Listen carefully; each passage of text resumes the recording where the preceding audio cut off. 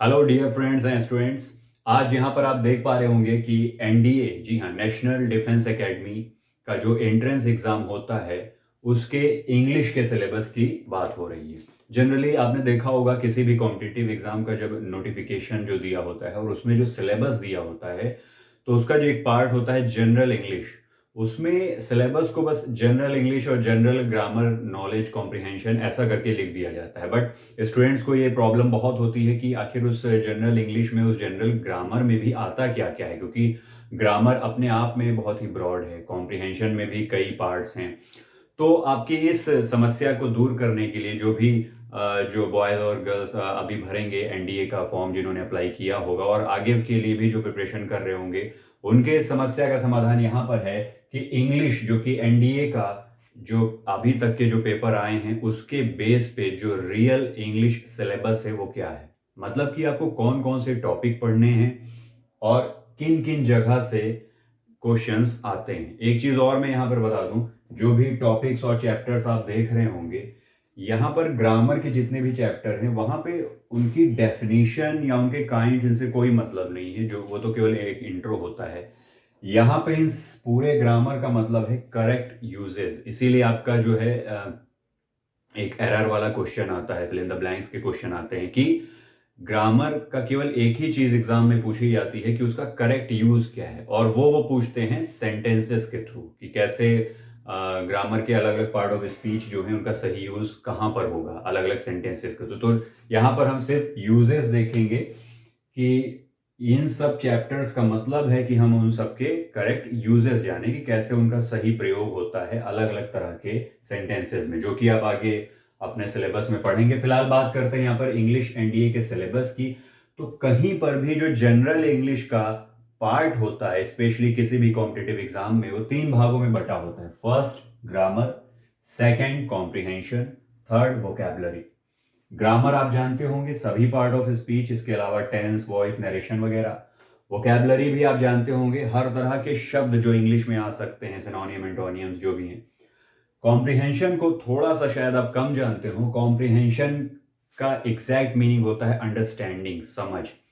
तो इंग्लिश में जो पार्ट आपके इंग्लिश की समझ को चेक करने के लिए आता है उसे बोलते हैं कॉम्प्रिहेंशन। इसमें क्या क्या आ सकता है, हम लोग ऐसा सोचते हैं कि शायद अनसीन पैसेज ही इसका पार्ट है। अनसीन पैसेज तो पार्ट है ही कॉम्प्रिहेंशन का। इसके अलावा सेंटेंस अरेंजमेंट और पैराजम्बल्स और जो पी क्यू आर एस करके आपके पार्ट ऑफ सेंटेंस होते हैं, एक सेंटेंस में वर्ड्स का अरेंजमेंट या कई सेंटेंसेस का अरेंजमेंट, क्लोज टेस्ट, ये सारी चीजें आती हैं कॉम्प्रिहेंशन पार्ट के अंदर।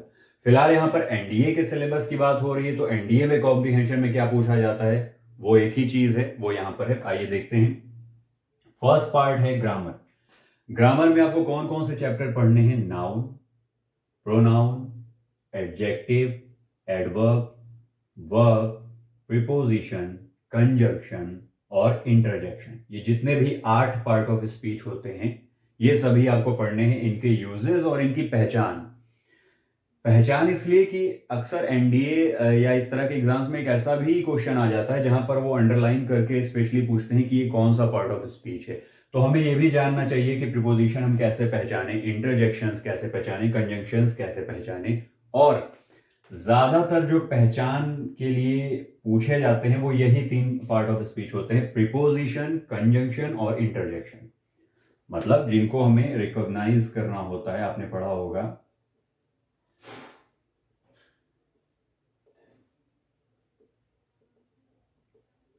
रिकॉग्निशन या पहचान से संबंधित जो क्वेश्चन आते हैं वो ज्यादातर प्रीपोजिशन, कंजंक्शन और इंटरजेक्शन से आते हैं।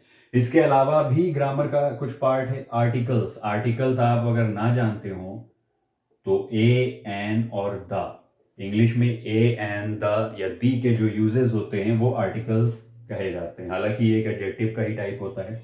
इसके अलावा टेंस, प्रेजेंट, पास्ट, फ्यूचर, जो उसके अदर्स क्लासिफिकेशन आपने पढ़े होंगे, प्लस वॉइस, एक्टिव वॉइस और पैसिव वॉइस, और नरेशन, डायरेक्ट नरेशन और इनडायरेक्ट नरेशन, ये सब कुछ टेंस का ही पार्ट है।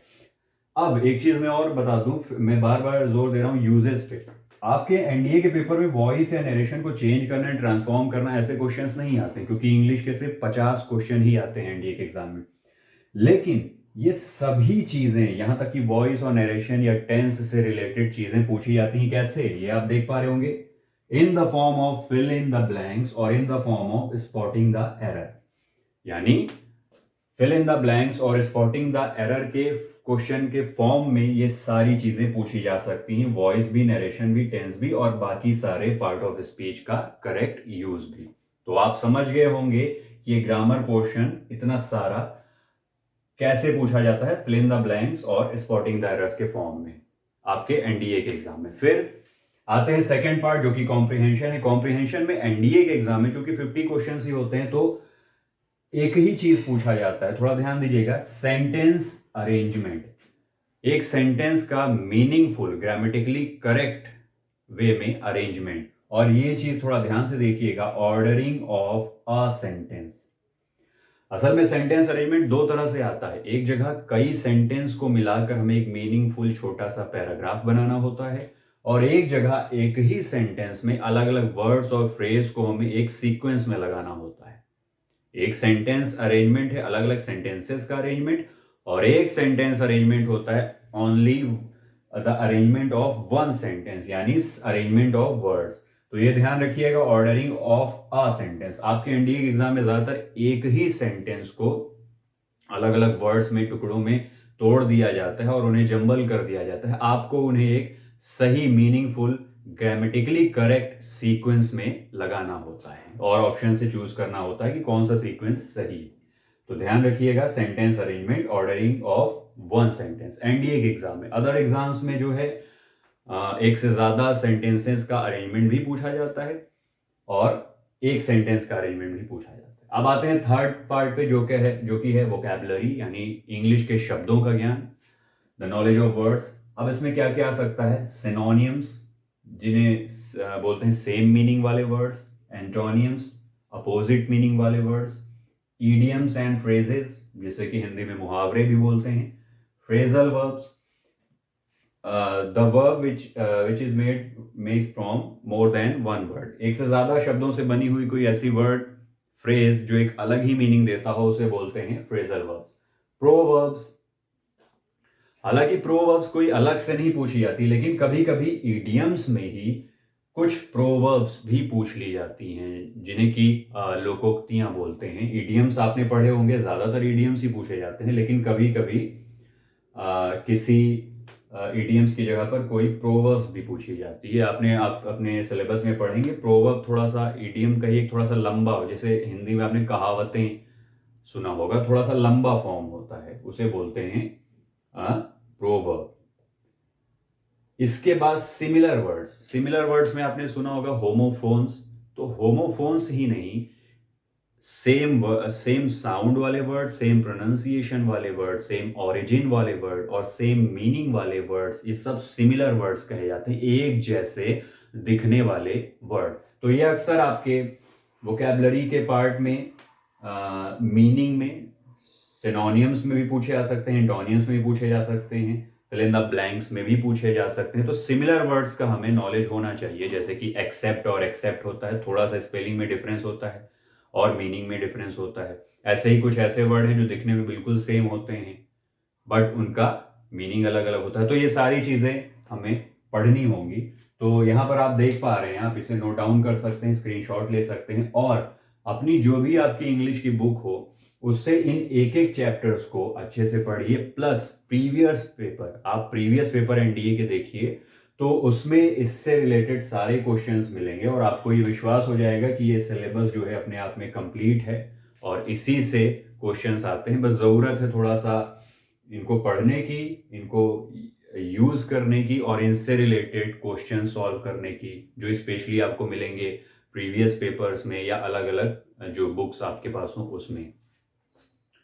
तो ये हो गया आपका एनडीए का सिलेबस। आप जो है इस सिलेबस को तैयार करिए, बीच बीच में मैं भी आपकी हेल्प करता रहता हूँ कोई ना कोई इनसे रिलेटेड वीडियो अपलोड करके, लेकिन अपनी तरफ से भी जो है आप सब पढ़िए इन चीज़ों को और जानिए कि इंग्लिश का ये ब्रॉड सिलेबस है जो कि आपको जल्दी कहीं नहीं बताया जाता। यहाँ तक कि नोटिफिकेशन तक में इतना डीपली इंग्लिश का सिलेबस नहीं लिखा होता है, आपने गौर किया होगा, जीएस का लिखा होता है, मैथ्स का लिखा होता है, बट इंग्लिश को एक इन सबको एक जनरल कॉम्प्रिहेंशन और जनरल इंग्लिश ग्रामर में इन सबको कवर कर दिया जाता है, लेकिन आपकी हेल्प करने के लिए इन एक एक चीज़ों को मैं